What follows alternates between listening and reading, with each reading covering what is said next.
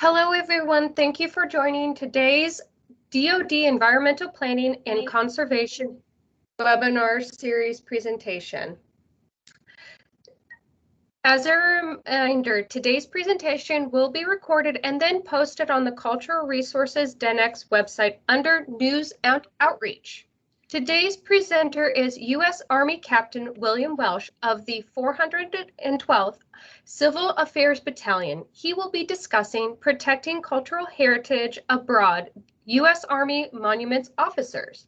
Following the presentation, we will have time for questions.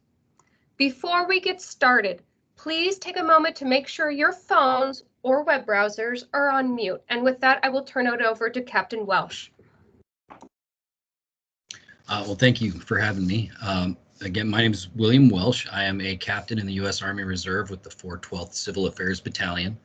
I am a graduate of the University of San Diego's anthropology program. I have a master's degree in maritime archaeology from Flinders University of South Australia, and worked for about a decade in cultural resource management here stateside and some abroad before joining the Army. I then spent 5 years on active duty, and I've spent the last 8 in the Army Reserves. After my active duty time, I returned to cultural resource management, and I currently work as an archaeologist for the Virginia Museum of Natural History.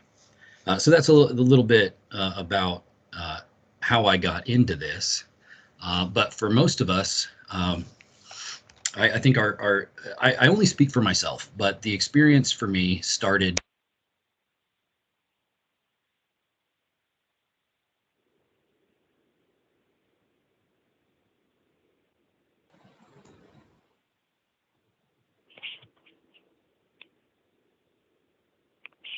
Captain Welsh, I think we lost your audio there for a second.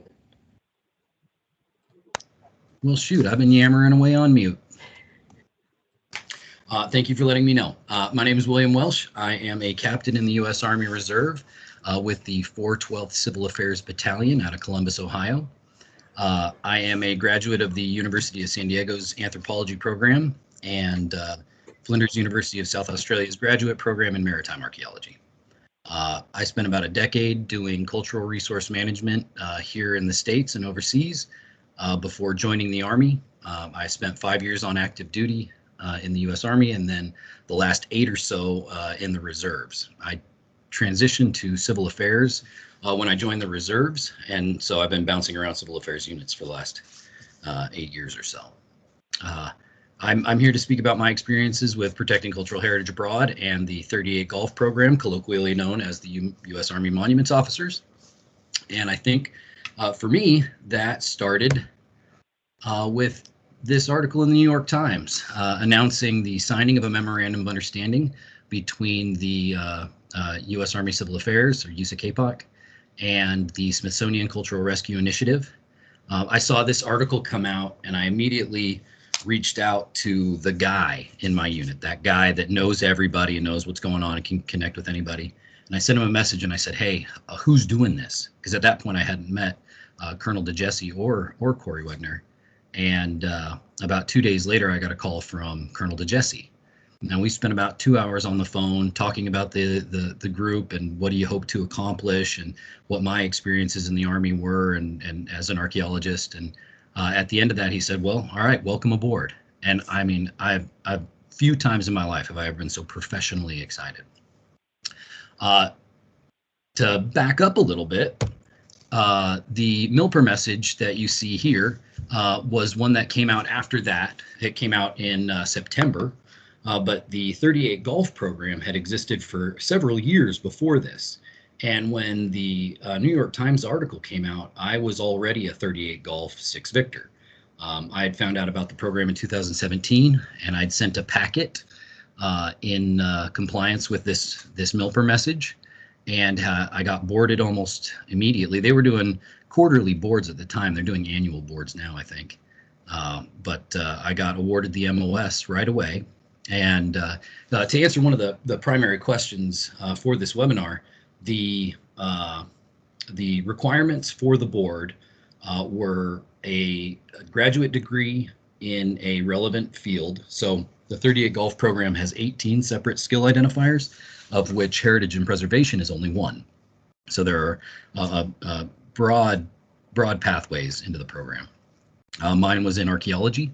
And then in addition to your graduate degree, it required 48 months of work postgraduate degree in the field of your application. So for me, again, that was archaeology.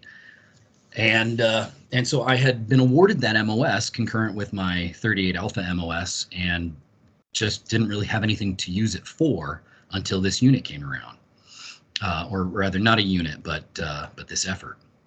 So after that MILPER, we had our direct commissioning start. It was a long, drawn-out process that I just summarized in a sentence, right? As soon as the MILPER came out, we started direct commissioning. Well, it was actually a years-long process that all of our direct commission soldiers spent very patiently working with the program and waiting for their time. But we direct commissioned 12 monuments officers for that first cohort. You can see Dr. Hayden Bassett there when he used to have a beard, swearing in with Lieutenant Colonel Koiniga, who was Major Koiniga at that time. And then we got organized into 5 separate lines of effort.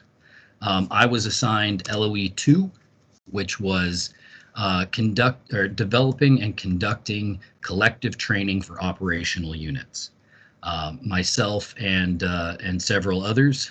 Blake Ruwine is in the list of folks in here, who was a big part of that effort with me.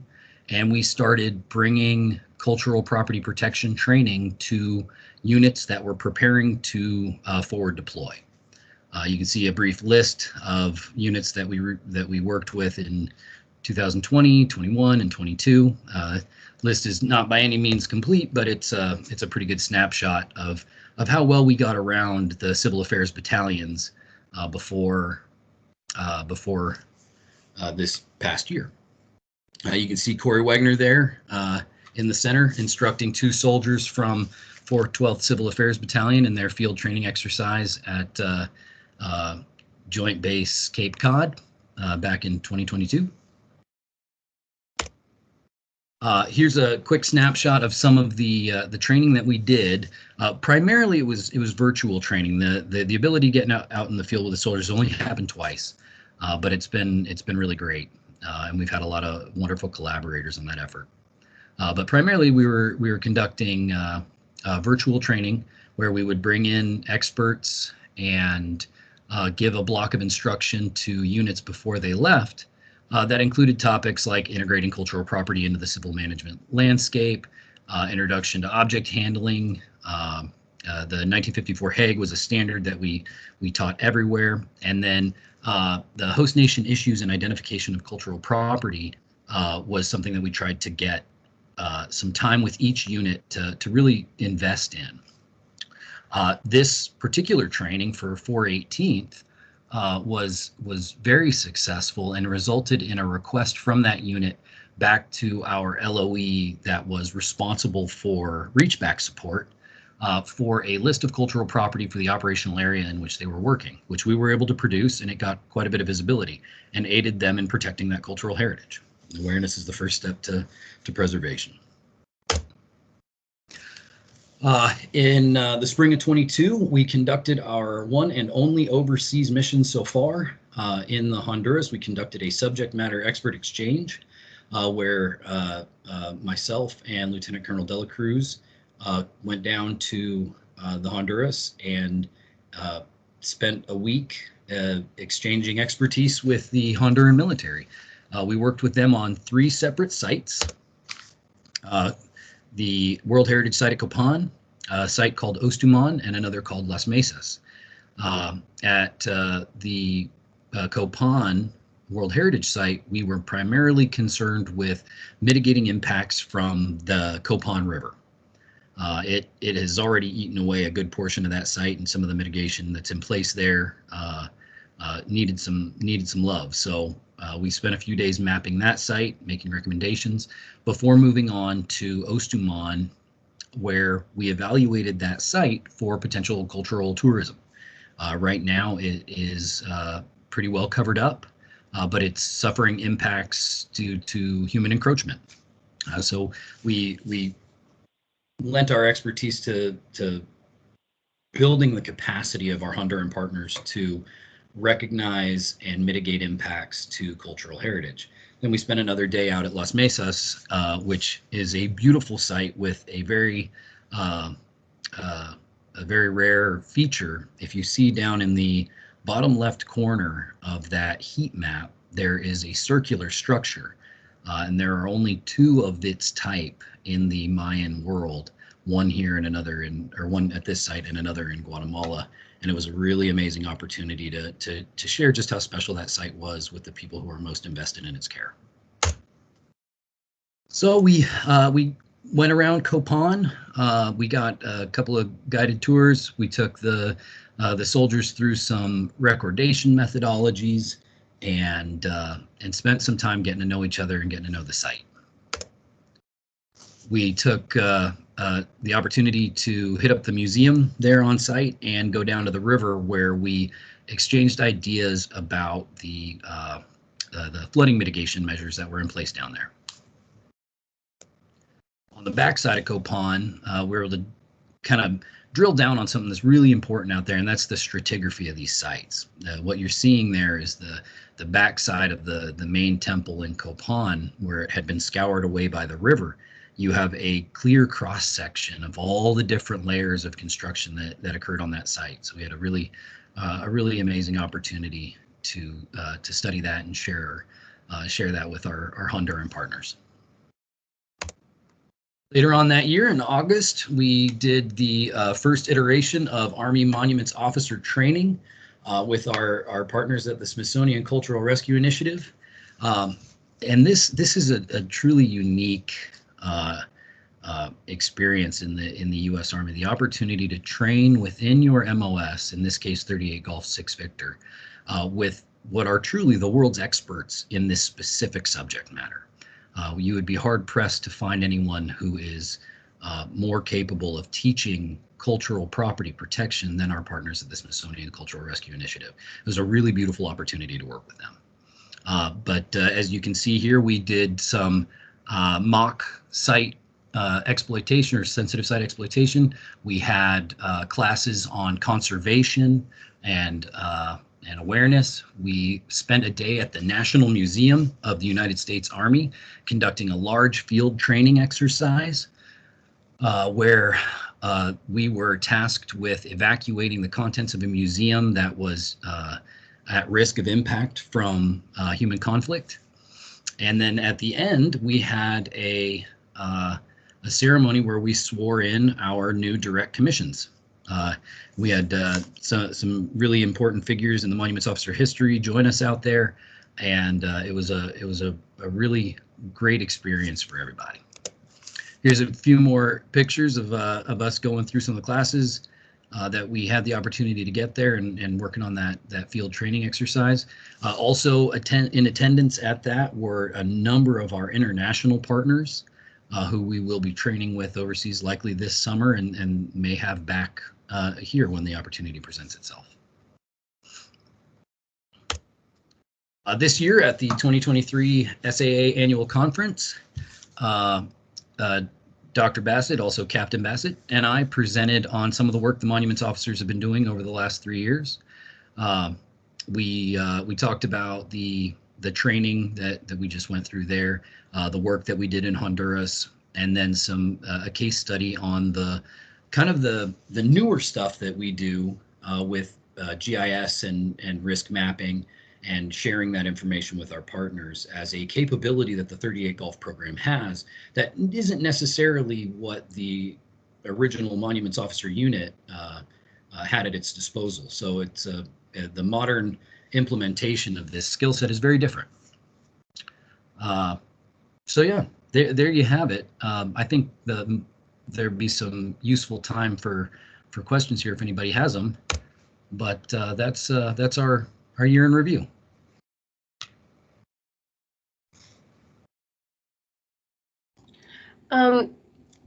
Thank you so much, Captain Welsh. I don't know if you were ever aware of the Advisory Council on Historic Preservation. In like 2007, they brought out these playing cards for the troops that were stationed over in Iraq and Afghanistan that talked about cultural heritage. And I was just wondering if you had any, if there was any like that kind of, those kind of things are still going around, even with what you're doing with this program, if that's the type of like, if you still have that type of like informational card deck or something like that that you the people who participate in this program kind of get as they're working through it and when they're overseas doing these types of missions. So I've seen the card decks, and I've actually passed some out. I was fortunate enough to get a sleeve of those cards from Dr. Lori Rush, who I'm sure many of you know, and pass those out to our soldiers as part of our field training exercise in 2022 and in 2021. We haven't produced any, and I don't think there are any plans to, but the decks we have seen have been very well received. Everybody loves them, and they're really useful. So going forward, when the opportunity arises to produce those, I don't think anyone's going to be passing that up.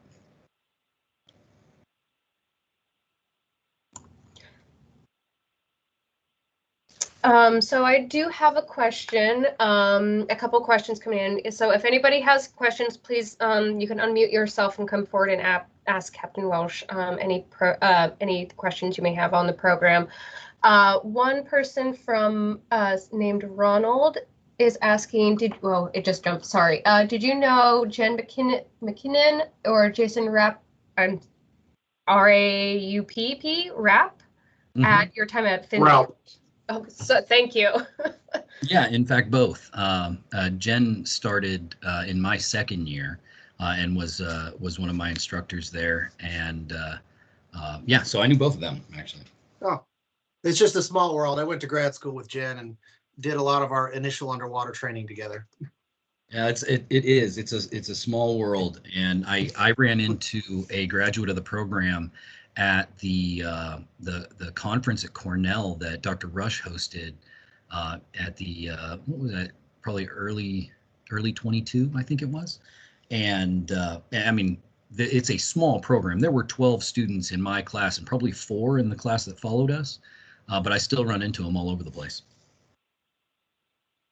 Yeah, not a lot of underwater people out there. No, certainly not.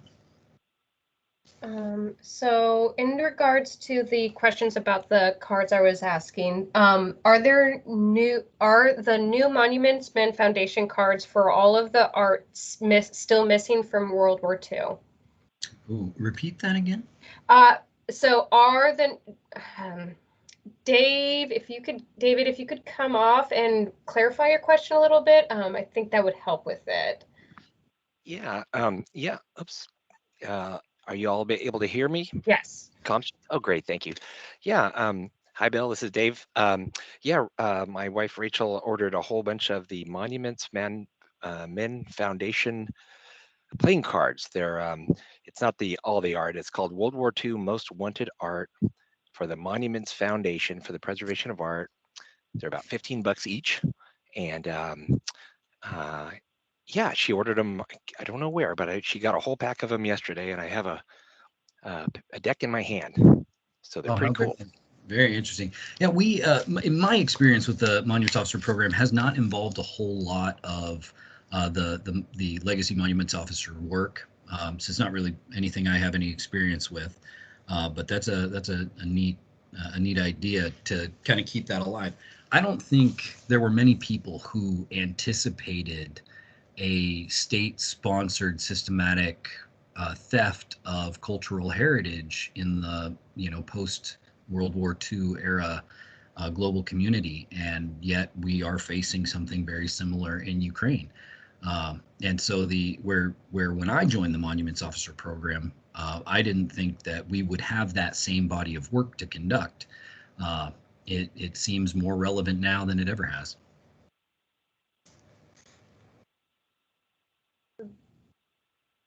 You know what I mean? Captain Welsh, this is Major Roberts. Can you hear me? Yep, I can hear you.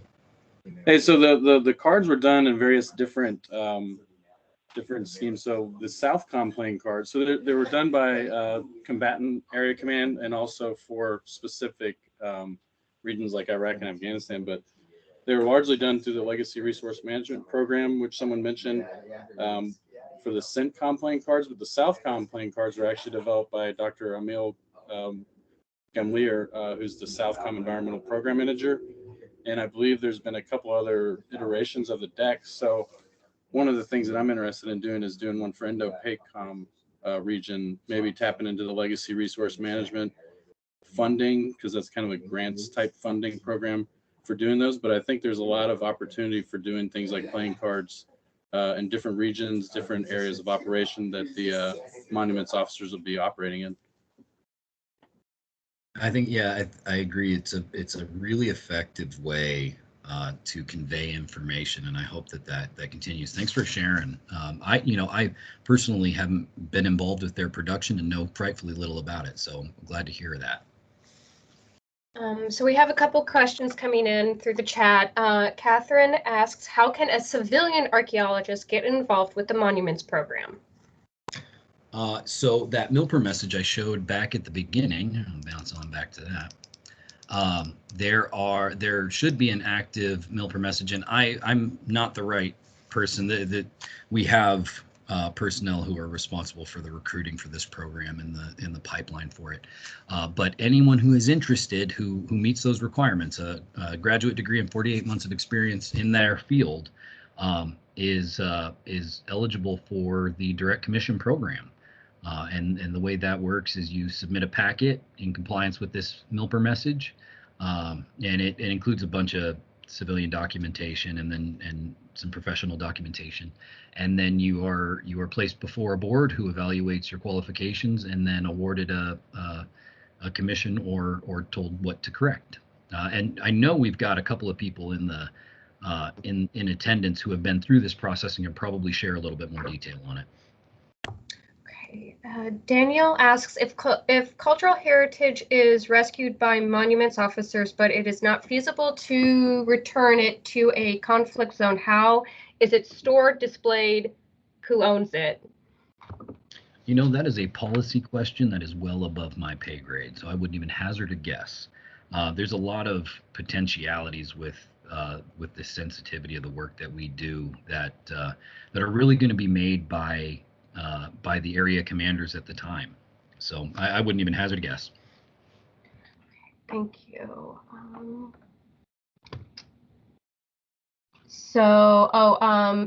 Blake says, point of contact for civilians interested in working with the monuments officers is, I'm guessing that's Colonel A. Scott DeJesse. Yep, Yes, Kate, Scott DeJesse. Kate, if you want to unmute yourself, you're more than welcome to. Oh yeah, I was just going to ask a question. I didn't want to interrupt. I've spoken with Colonel DeJesse. He's really great, and he's such an advocate for the program. So he's really wonderful to work with. I was just going to ask if you can talk about the training that folks are getting. Does that happen? And if somebody is looking to get that training for their unit or for their group, is there a way to reach out to the monuments officers? Over. Absolutely. So this is kind of the snapshot of the training that we offer, and if anyone is interested in getting that for an operational unit, please just reach out to me directly. This was my effort to coordinate and to organize these trainings and then proctor those trainings. So reach out to me. Okay, we have another question. Back to the sites in Honduras. What steps are being taken to ensure that site mapping and other showcasing does not invite increased looting? I worked there as an archaeologist in the 70s to the 90s, and it was the primary concern then, working with I'm guessing the Institute of I can't even say it. The Institute for Archaeology and I can't even say it. Oh my gosh, I'm so sorry. For it's the Institute Honduran Institute for Anthropology and History. Thank you. I'm so sorry. No. So that is a question for our Honduran partners. Ultimately, it remains their heritage and their responsibility. We're only there to support them, to exchange our expertise with them, to build their capacity if possible. And if I understand it correctly, and I'm no authority on the issue, the Honduran military is constitutionally responsible for the protection of their cultural heritage. And they're on top of it. Well, that's interesting. I guess I should contact old Honduran colleagues to learn more of that, because that would be significant, because there are resources everywhere. Yeah. Throughout the country. But the ones in Copan and in the valleys coming to and from Copan are especially significant. And prominent sites are tucked away, have been buried in the forest for a long time. But generally, yeah, we left them alone when I was there, because there wasn't the capacity to do more, to interpret and so forth. But thank you. It's good to know that, yeah, we're trying.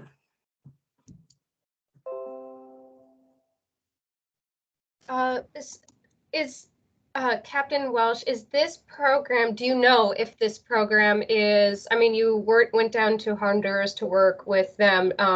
Is there any plans for future working with anyone else in the future, like the Ukraine, like with Ukrainian soldiers, or is that because that is so hot over there right now?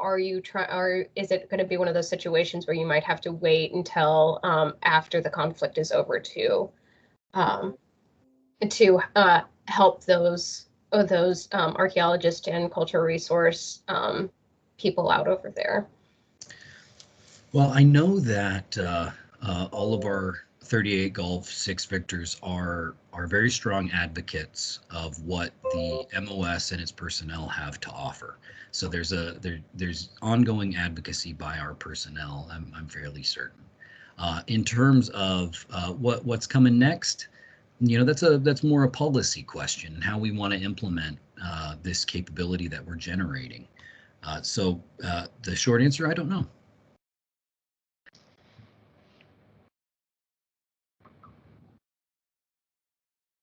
Does anyone have any other questions? I know there's been some asks to put the suit mill links in the chat. If they could put the mill, it says millsuit.mil links in the chat. If somebody can help Adriana out. Paul, you can come off of if you can mute yourself, you can come up and talk. Thanks, Jerry. I was just curious. I mean, I'm interested in the direct commission program. Is there a good place to start? Obviously, there's the website. Just contact the recruiter through there. I guess maybe you could walk through that process a little bit, Captain Welsh. Yeah, I think the first place to start is by reaching out to Colonel DeJesse and starting the conversation. He is the direct source for the 38 Gulf program, and we'll be able to direct you exactly where you need to go. Great, thank you. If anybody wants to find out any more about those World War II Most Wanted playing cards, Dave was gracious enough to put the a web link in the chat. I feel bad for bringing that up. I have a deck of those cards, so that's why I brought them up. I got them when I was an intern at the Advisory Council for Historic Preservation. So I thought they were advisory council cards. So my apologies to anybody who worked on that program. I did not realize that they were not. This is really interesting. I mean, we all know the story of the original Monuments Men, and the fact that it's bringing this up. Do you have any stories, I guess, before we leave about that any of the additional good that the monuments officers have been doing since that MOA was in initiated that you can tell us before we let everybody go? This is, like I said, this has been really interesting and a really good topic. Absolutely. So I think all of our lines of effort are working behind the scenes to accomplish their individual goals. I can speak mainly to the LOE2, our line of effort 2, our training of operational units, and say that we have reached out to numerous units and successfully trained numerous units to better prepare them for the protection of cultural property abroad. It's not really a thing you can measure, but only know that you've done the best you can, and arming our forward deploying units with information about the cultural landscape that they will find themselves in, I think is a very good thing that we can do, and one of the finest things I've done in my time in service. Can I ask, Captain Welsh, you talk about the different lines of effort. Do you know you're in line 2, which sounds like it's education, training? Yes. Can you talk about the others, or are they internal? Yeah, you caught me now. I don't know all of them in their current form. I know that we have a line of effort for the development of policy. We have a line of effort that is cultural policy. We have a line of effort that is focused on technology. We have one that is focused on what we call reach back support, the ability for operational units to reach back to the expertise of the 38 Golf program. And then no, could you please you can jump in. I know there's more monuments officers in that list there. That's good though. Thank you. I appreciate that. Absolutely. Does anyone have any? Okay, Karen just popped in. Would it be possible to get a slide to share with my colleagues? Karen, this is going to be posted eventually on the DENX website under the Cultural Resources page on DENX under News and Outreach. So this is being recorded, so you can share the whole thing with your group if possible. Benjamin says, will there be a future opportunities to show the 38G program like this? Is that for me? Yeah, I'm guessing. No, it's for the Yeah. DoD Culture Resource Program who's hosting this for Captain Welsh. Oh, Yeah, fantastic. I mean, I'm a big fan. Obviously the officers, the monument officers program is amazing and fantastic. It's doing really important work, really work that's very valid at the moment with what's going on in Ukraine. So I would be excited to share this and the good work that we're doing. I mean, that's kind of what we've been tasked with, is to get our good stories out there because people don't know about them, and this is a great one. It's got a great tie to history. So however I can help share this with folks, I'm happy to do that. So but if you have ideas specifically, sorry, Major Roberts, you can reach out to me, but any way I can help, and Captain Welsh, you can obviously pass that along to Colonel DeJesse and the group in general. We're here to help as much as we can. Thank you. Does anyone else have any questions or comments for Captain Welsh? Well, I think if nobody else has any more questions, Captain Welsh, thank you so much for joining today's presentation. Thank you so much. We really appreciate you doing this. It's a very fantastic program. And if anybody has, like you said, has questions, please reach out to some of the people that we talked to that came up and talked. You are the subject matter expert, so you might be getting some additional follow-up emails from this presentation, and we really appreciate it. Well, thank you so much for having me. It's been a pleasure. All right, and with that, we'll end today's presentation. Thank you, everyone, for joining. Have a great rest of your afternoon. Thank you, and thank you, Captain Welsh. We really appreciate it.